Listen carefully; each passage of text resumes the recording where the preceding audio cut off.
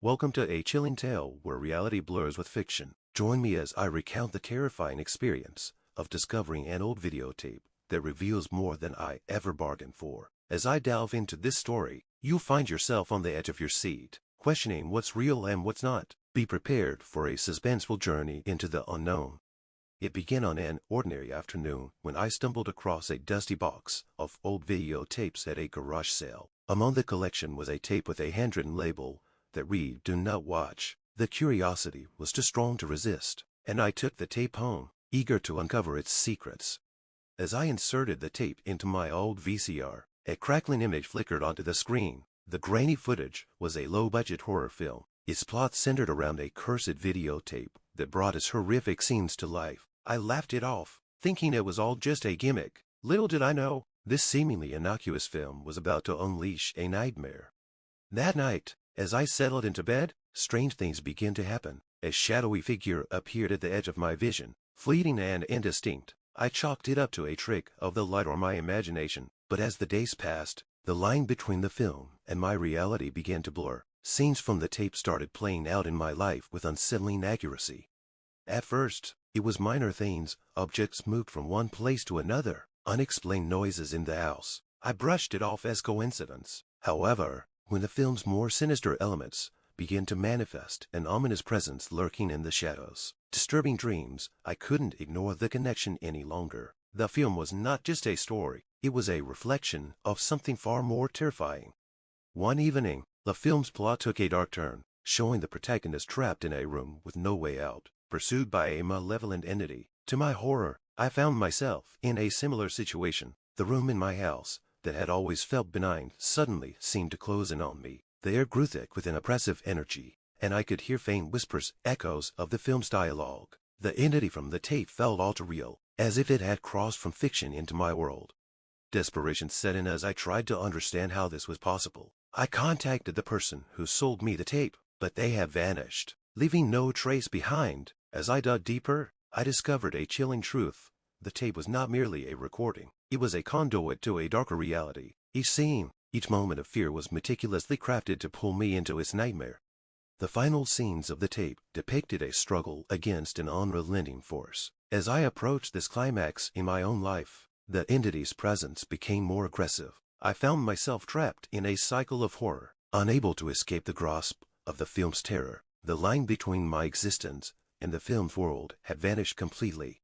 In a desperate attempt to break free, I decided to destroy the tape, hoping to sever the connection. The film's grip loosened, but the fear remained. Though the tape was gone, its impact lingered, leaving me with a chilling reminder of how easily the boundaries between reality and fiction can dissolve.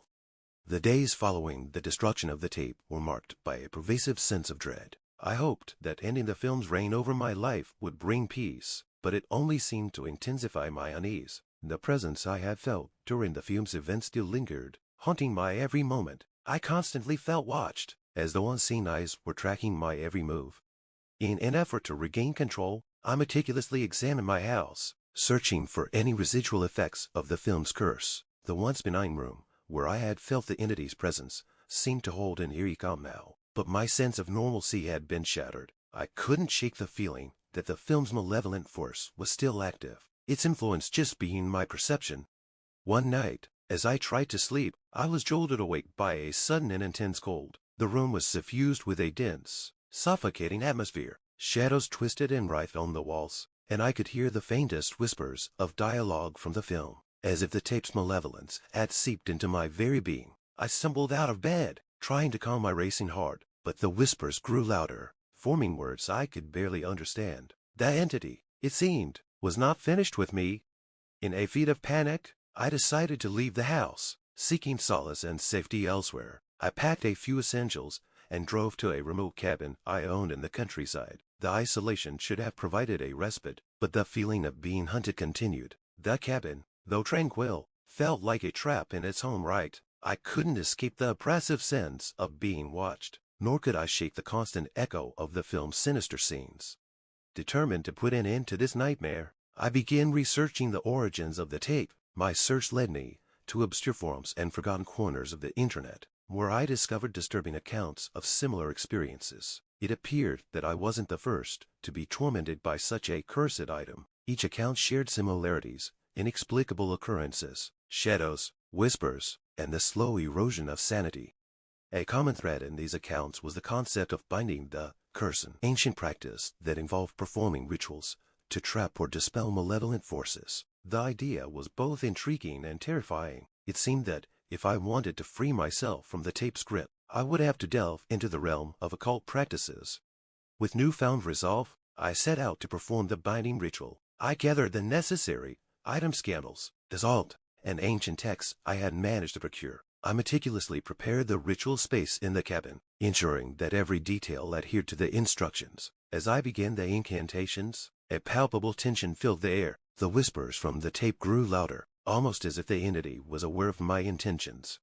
Halfway through the ritual, the cabin was plunged into darkness. The candles flickered wildly, casting grotesque shadows that seemed to dance on their own. The air grew icy, and the whispers turned into a cacophony of frantic voices. I pressed on, my voice trembling as I completed the final steps of the ritual.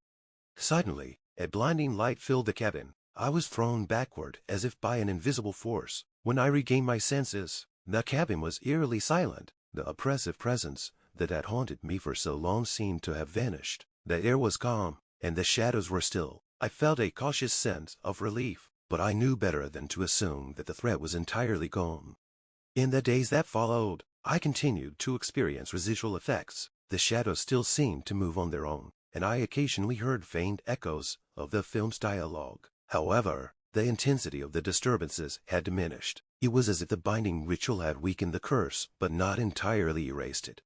Returning to my home, I took extra precautions. I had the house thoroughly cleansed and ensured that no remnants of the cursed tape remained. The sense of being watched slowly faded, but the trauma of the experience left a lasting impact. I remained vigilant, aware of how easily the boundaries between reality and the supernatural could be crossed.